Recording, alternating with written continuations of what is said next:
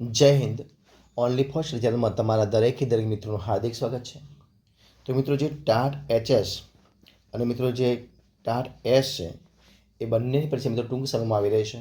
અને એના માટે આપણે આ ચેનલમાં અલગ અલગ વિડીયો મૂકીએ છીએ. તો આજે આપણે વિડીયોમાં એક નિબંધ જોવાનો છીએ જેનું નામ છે વૈદિક શિક્ષણ પ્રણાલી. તો એના વિશે તમે વિડીયો પૂરેપૂરો જોજો. શરૂઆત કરીએ આપણે વૈદિક શિક્ષણ પ્રણાલી. મિત્રો, જે નિબંધ છે એ વૈદિક શિક્ષણ પ્રણાલી એનું આપણે શરૂઆત કરીએ પ્રસ્તાવનાથી. તો જોઈએ આપણે શરૂઆતમાં પ્રસ્તાવના. તો એની મિત્રો આપ્યું છે એક કોટેશન છે. મિત્રો, તમે લખી શકો છો કે સા વિદ્યા વિમુક્ત અર્થાત વિદ્યા એ જ છે જે આપણને અજ્ઞાનતા અને બંધનોમાંથી મુક્તિ અપાવે છે. આવું કોટેશન લખી અને આપણે નિબંધની શરૂઆત કરી શકીએ છીએ. તો જોઈએ આપણે તો કે પ્રાચીન ભારતની શિક્ષણ પ્રણાલી વિશ્વભરમાં સર્વશ્રેષ્ઠ અને પવિત્ર માનવામાં આવતી હતી. વેદકાલીન સમયમાં ઋષિ મુનિઓ દ્વારા જે જ્ઞાન આપવામાં આવતું હતું તેને વૈદિક શિક્ષણ કહેવામાં આવે છે. અને આ શિક્ષણનો મુખ્ય હેતુ માત્ર કોઈ નોકરી મેળવવાનો કે પૈસા કમાવાનો નહોતો. તેનો અસલી હેતુ શું હતો?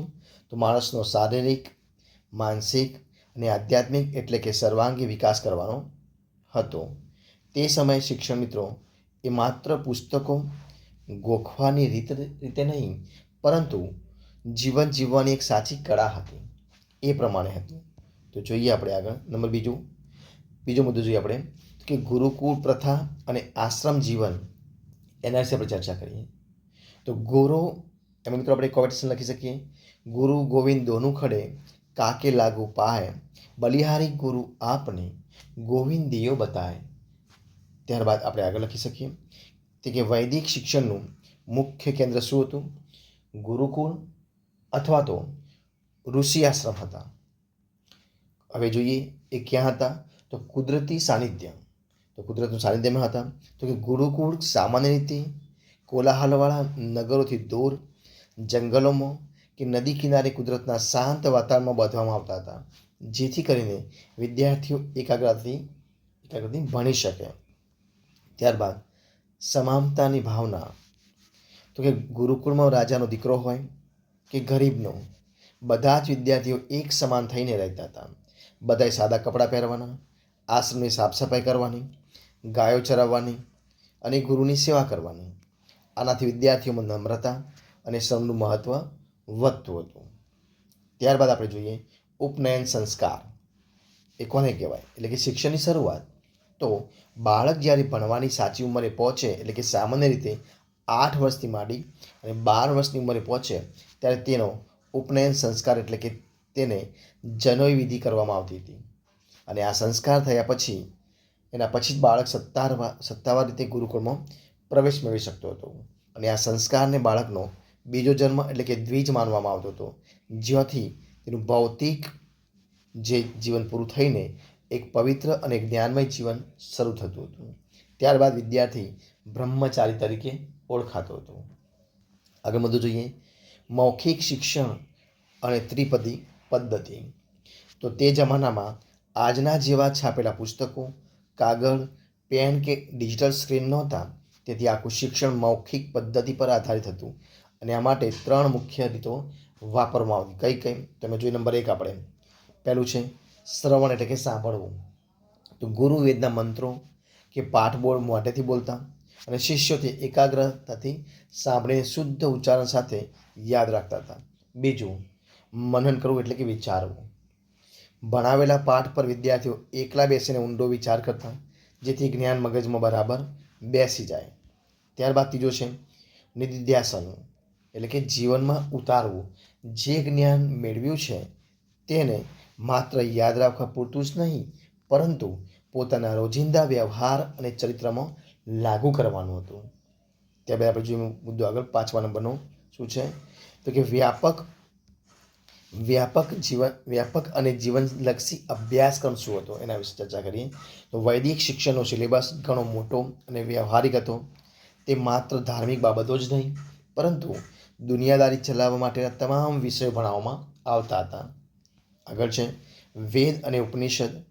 એ 4 વેદો ઋગ્વેદ, યજુર્વેદ, સામવેદ અને અથર્વવેદ અને વેદાંગોનું જે છે વેદાંગ છે, શિક્ષા, કલ્પ, નિરૂક્ષણ, વ્યાકરણ, જ્યોતિષ, એ બધા વેદાંગનો અભ્યાસ કરવામાં આવતો હતો. ત્યારબાદ વિજ્ઞાન અને ગણિત, તો ખગોળશાસ્ત્ર, જ્યોતિષ વિદ્યા, ગણિત એટલે કે વૈદિક મેથ્સ, અને આયુર્વેદ એટલે કે તબીબ વિજ્ઞાન, આ તમામ બાબતો શીખવવામાં આવતી હતી. કળા અને શાસનમાં જોઈએ તો અર્થશાસ્ત્ર, ઇતિહાસ, વ્યાકરણ, તર્કશાસ્ત્ર અને રાજનીતિ, એ તમામ વિષયો શીખવવામાં આવતા હતા. ત્યારબાદ શારીરિક શિક્ષણમાં તો યુદ્ધ કળા, શસ્ત્રવિદ્યા એટલે કે તીરંદાજી, અશ્વપાલન અને શરીરને સ્વસ્થ રાખવા માટે યોગ તથા પ્રાણાયામ પણ શીખવવામાં આવતા હતા. ત્યારબાદ છઠ્ઠો મુદ્દો જોઈએ આપણે કયો છે કે શિક્ષણ, જે સ્ત્રી શિક્ષણની ભવ્ય પરંપરા એ સમયે હતી. તો વૈદિક કાળની સૌથી મોટી વિશેષતા એ હતી કે તે સમયે સ્ત્રીઓને પણ શિક્ષણ મેળવવાની પૂરી આઝાદી અને સમાન અધિકાર હતો. કન્યાઓ માટે પણ ઉપનયન સંસ્કાર થતા અને તેઓ પણ ગુરુકુળમાં ભણતી હતી. ઉદાહરણ તરીકે જોઈએ આપણે તો ગાર્ગી, મૈત્રી, અપાલા, લોપામુદ્રા જેવી મહાન સ્ત્રીઓ વિદ્વાનો આ સમયગાળામાં જ થઈ ગઈ હતી, જેમણે મોટા રાજાઓની સભાઓમાં શાસ્ત્રાર્થ એટલે કે ચર્ચા કરીને વિદ્વાનોને પણ એમને હરાવ્યા હતા. ત્યારબાદ આપણે જોઈએ આગળ મુદ્દો ગુરુ શિક્ષણ. જે ગુરુ શિક્ષણ છે એ ગુરુ શિષ્ય વચ્ચેના સંબંધો અને શિસ્ત કેવા હતા એ પ્રમાણે ચર્ચા કરીએ. તો એ સમય મિત્રો, તે સમયે ગુરુ અને શિષ્ય વચ્ચેનો સંબંધ પિતા પુત્ર જેવો એકદમ પવિત્ર માનવામાં આવતો હતો. ગુરુ પોતાના શિષ્યોને સંતાનની જેમ રાખતા હતા અને શિષ્યો ગુરુની આજ્ઞાને માથે ચડાવતા હતા. શિક્ષણમાં કડક શિસ્ત અને બ્રહ્મચર્યનું પાલન કરવું પડતું હતું. જુઠ્ઠું ન બોલવું, ચોરી ન કરવી અને હંમેશા પવિત્ર આચરણ રાખવું દરેક વિદ્યાર્થી માટે ફરજિયાત હતું. ત્યારબાદ આપણે આગળ જોઈએ તો મફત શિક્ષણ અને ગુરુ દક્ષિણા જે છે એના વિશે ચર્ચા કરીએ. તો મિત્રો એ સમયે મફત અને ગુરુ દક્ષિણા છે એના ચર્ચા કરીએ તો કે વૈદિક કાળની અંદર શિક્ષણ સંપૂર્ણપણે મફત હતું. જ્ઞાન વેચવું એ પાપ માનવામાં આવતું હતું, તેથી કોઈ ફી લેવામાં આવતી નથી.